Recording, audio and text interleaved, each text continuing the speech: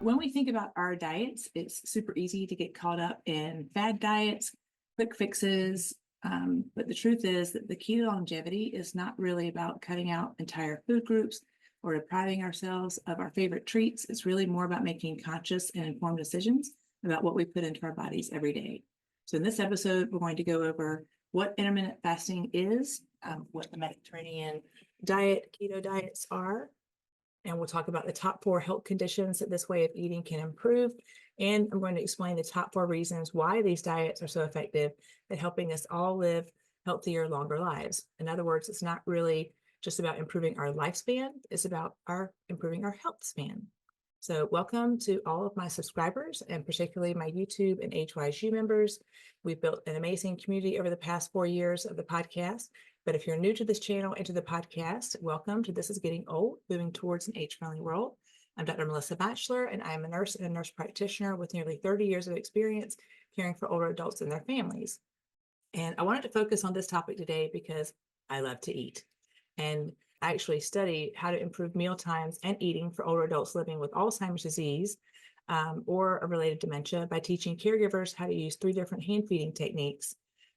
And doing this by understanding how the sensory changes that happen with Alzheimer's disease impact the person's ability to feed themselves. And I have developed a bag of tricks to help manage behaviors at mealtimes. I've written a book and developed an intervention that I call NOSH, which stands for Nurses Optimizing Supportive Hand Feeding. And I have 2 different demonstration videos on my website at MelissaBPhD.com/NOSH, so NOSH. But you can also grab my ebook, and I will link both of these in the show notes. You can find them on my website, but the link to the videos, you actually have to enter it in directly. But if you're looking for the ebook, it's under the products tab on my website. I'm also revising an online course to teach caregivers this information. So you can go to MelissaBPhD.com/join. That will put you on my mailing list, and that way you'll be the first to get the news when these are ready, along with other courses that are offered. So if you are struggling to help a person living with dementia to eat, drop a comment below and tell me what you're struggling with, because I'd love to share some of these resources with you, particularly if you're having trouble finding them. So in this episode, we're going to talk about something that I think is on all of our minds, which is living a longer and healthier life. So we're going to talk about the role of diet in longevity and what to eat to live longer. Unfortunately, many of us are guilty of consuming foods. We have dietary habits that are slowly but surely chipping away at our health. And what I mean by that is that we're eating high amounts of sugar, processed foods, and unhealthy fats. People are skipping meals, they're relying on caffeine to get through the day, and they're not drinking enough water. And while those habits may seem harmless on their own, when it's a regular part of our lifestyle and our diet, they can have pretty serious consequences to our overall health. I think we all want to feel our best, to have energy, and to be able to enjoy life to the fullest, and to spend time with our loved ones for as long as possible. And while there are a lot of factors that contribute to our overall health, one of the most important ones is what we eat. So it's not to be underestimated. Some of the top foods that promote longevity include fruits, vegetables, whole grains, and healthy fats. And these foods are packed with antioxidants, vitamins, and minerals that combat oxidative stress. They reduce inflammation, and they keep our cells healthy and thriving. So one of the things I know I've said in previous episodes is to be sure that you're eating foods that come in their own wrapper. So oranges, bananas, all of those things come in their own wrappers. And therefore they are unprocessed foods. But the good news is that it's really never too late to make a change in your diet.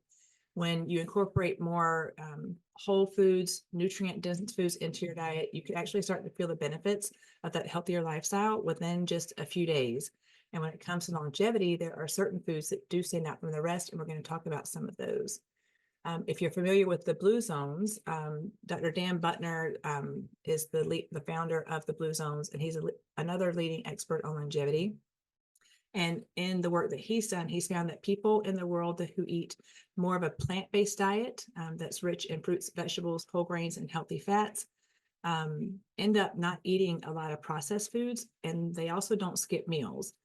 They also eat until they're satisfied, and then they stop. And so those are really kind of the basic principles that we all need to follow to eat till you're about 80% full. So first, let's talk about intermittent fasting, the Mediterranean diet, and what the keto diets are. So the first is, what is intermittent fasting? So intermittent fasting is an eating pattern where you alternate between periods of eating and fasting. So rather than focusing on what to eat, the emphasis is really on when to eat. Some common methods include the 16-8 method, and that means that individuals fast for 16 hours and they eat during an 8-hour window. And the 5-2 method, which involves eating normally for 5 days and then significantly reducing your caloric intake for 2 days. Intermittent fasting is often practiced for weight management, metabolic health, and other potential health benefits. Of these 3 diets, this is the one I'm the least favorite of. I'm actually more a fan of Haley Pomeroy's work, where she explains kind of the science behind why intermittent fasting may not be the best option. And it's just because your body begins to think it's in starvation mode, and it can actually kind of backfire. So I do have an episode with Haley where we talk about kind of her diet, her recommendations for what you eat and when you eat those foods, but making sure that you're eating, every 3 to 4 hours while you're awake is a really important concept. So I'll have that link for you down in the show notes as well. The next one is the Mediterranean diet. And the Mediterranean diet, I think, is the #1 most recommended diet by like evidence-based diet of what you should be eating to make it easier to live a longer and healthier life. And the Mediterranean diet is a heart-healthy eating plan that's inspired by traditional foods and cooking styles of countries that border the Mediterranean Sea. And people that eat a Mediterranean diet tend to age better because the food they're eating is healthy foods like fruits, vegetables, whole grains, nuts, and fish. And these foods give our bodies important vitamins and nutrients that protect our hearts and brains, and in general can improve our health overall. Olive oil is the primary fat source, and the moderate amounts of fish, poultry, and even dairy is included. They do limit red meat. The wine is consumed in moderation. And this diet is actually known for its potential benefits in promoting cardiovascular health, longevity, and overall well-being. Plus, the healthy fats in the olive oil and fish help to keep our body strong. So eating this way, people are a lot more likely to stay healthy and avoid problems related to heart disease, diabetes, and memory loss as they grow older. The next one is the ketogenic diet. And the ketogenic diet, or the keto diet, is a high-fat, low-carb eating plan that shifts the body into a state of ketosis. And I know that Haley is not a big fan of this diet. I would say it ranks in order here. It would be Mediterranean first, and then probably keto would be my second choice, and then intermittent fasting last. But when your body's in ketosis, you burn fat for fuel instead of carbohydrates. Typically, this diet consists of about 70 to 80% fat, only 10 to 20% protein, and 5 to 10% carbohydrates. So foods like meat, fish, eggs, nuts, and healthy oils are considered staples of this diet. And sugary foods, grains, and most fruits are restricted. The ketogenic diet is often used for weight loss, to improve metabolic health, and to manage certain medical conditions like epilepsy. But diet really plays a crucial role in longevity and health because it directly impacts our body's ability to function optimally and prevent disease. And a balanced diet provides essential nutrients that support immune function, cellular repair, and all of the metabolic processes that our bodies have to do on a daily basis. So again, I think we're going to hear this repeating pattern of, whole foods, foods that come in their own wrapper, like fruits, vegetables, lean proteins, and healthy fats, all reduce the risk of many different chronic illnesses. And we're going to talk about those next. And, dietary patterns like the Mediterranean diet are linked to reduce inflammation. They reduce oxidative stress, both of which contribute to aging and age-related diseases. So again, it's very important to maintain a nutritious diet for long-term health and to extend life expectancy, but also our health span. So here are the top 4 health reasons for these diets and how they can help us to prevent or manage these chronic conditions for a longer, healthier life. The first is heart health. Heart disease actually remains the #1 leading cause of death in the US. It accounts for about 1 in 5 deaths. And risk factors include if you have high blood pressure, high cholesterol, diabetes, smoking, not being physically active, and eating an unhealthy diet. All of these things contribute to the prevalence of heart disease. So eating a diet like the Mediterranean diet that's rich in healthy fats like olive oil and nuts can actually help reduce your risk of heart disease. The second one is these diets help to balance blood sugar.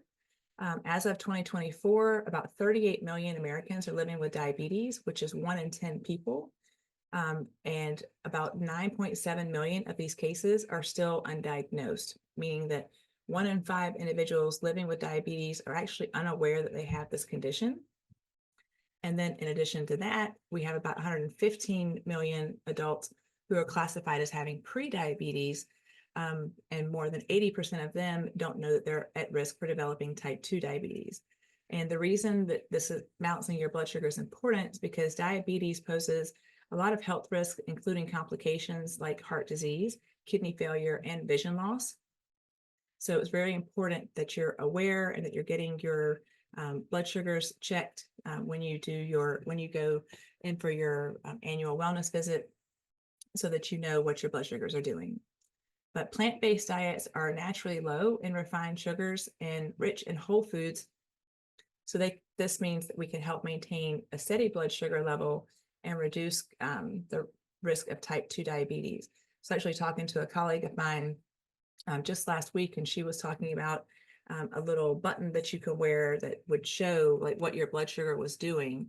And, she said that when I would eat a banana, like my blood sugar would spike out the roof. And then whatever app she was using, it would then recommend different ways that she could get her blood sugar to come down. But I think being aware of foods that increase our blood sugar is also very important. The third health condition is that eating a diet like the Mediterranean diet can lower your cancer risk. And for the first time in the US, we have more than 2 million new cancer cases being projected, which means about 5,500 diagnoses every day.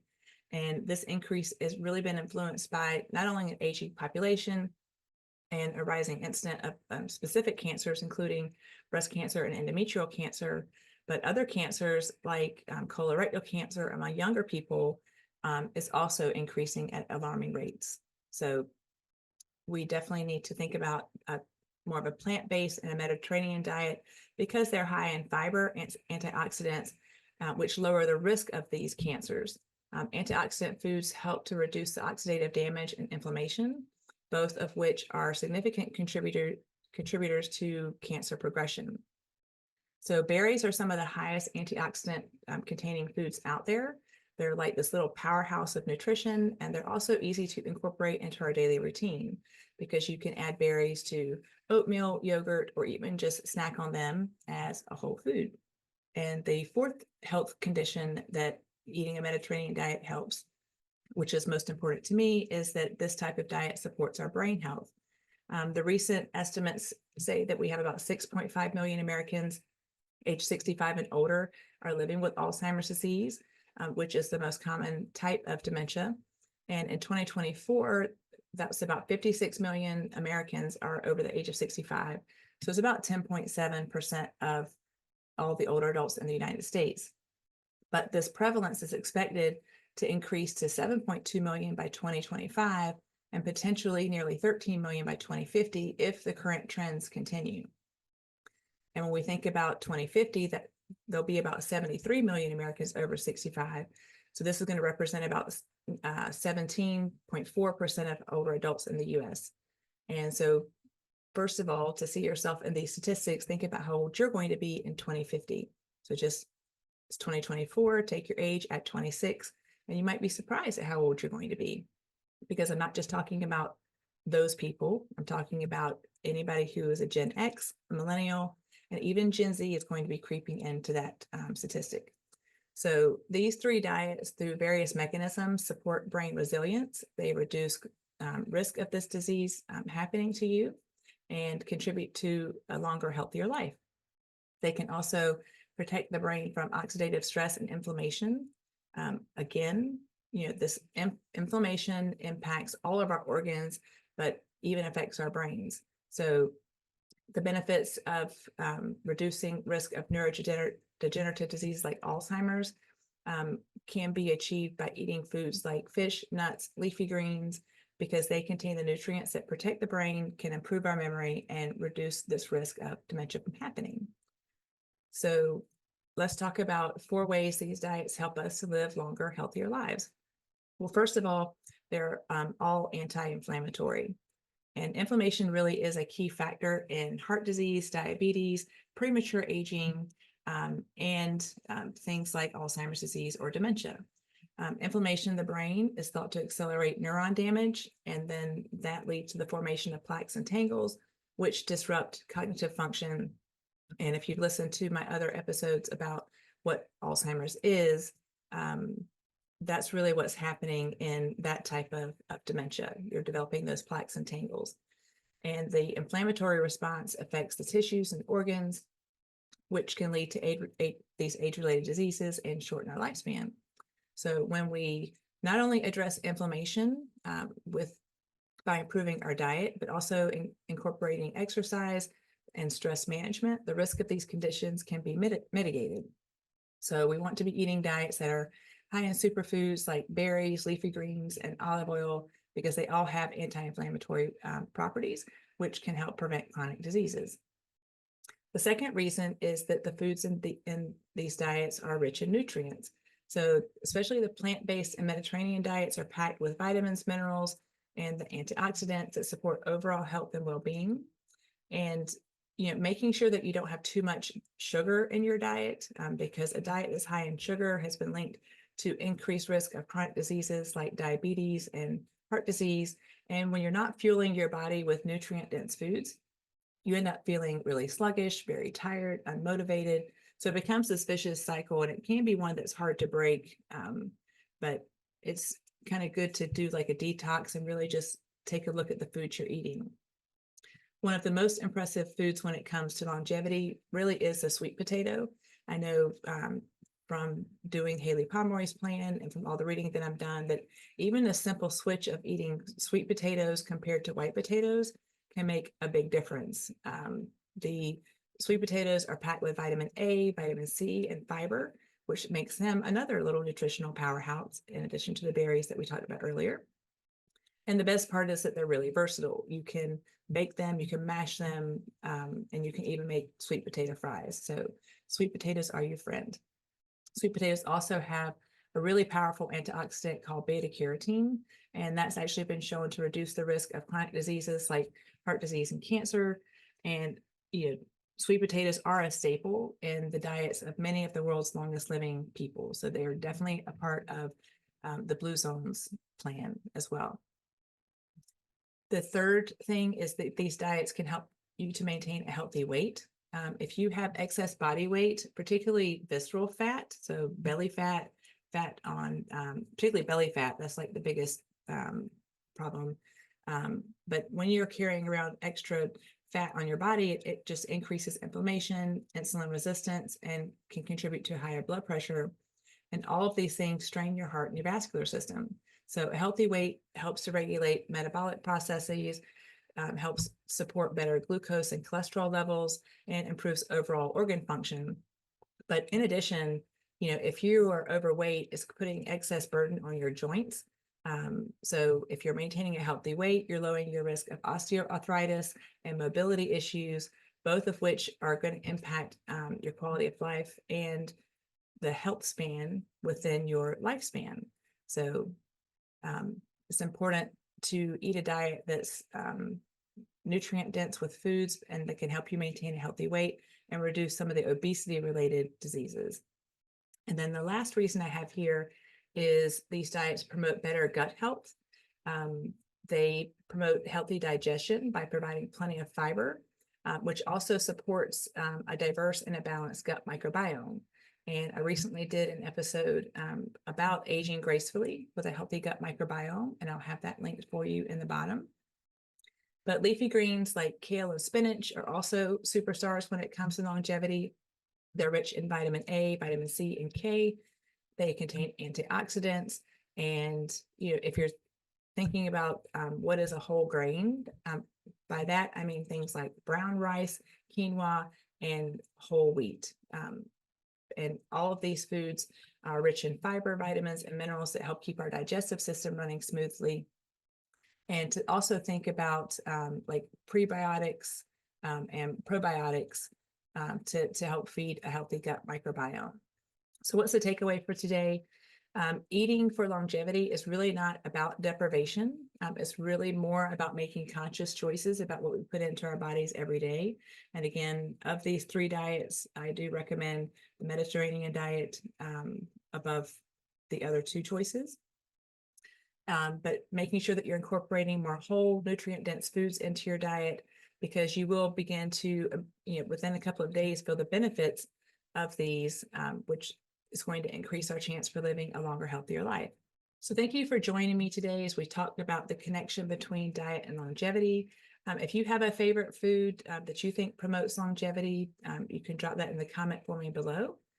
And the bottom line really is that by incorporating these types of food into your daily life, you can boost your overall health and increase your chances of living a longer, more vibrant life. So thank you for joining me today. If you found value in this episode, please hit the like button and share it with someone else that might find it helpful. If you'd like to be part of my community and continue to learn more about aging, age-friendly initiatives, Alzheimer's disease, and related dementias, don't forget to drop by my website at MelissaBPhD.com/join. And in addition, you can join my private Facebook community, and it's titled after the podcast, This is Getting Old, Moving Towards an Age-Friendly World, and I will see you there. So until next time, be well.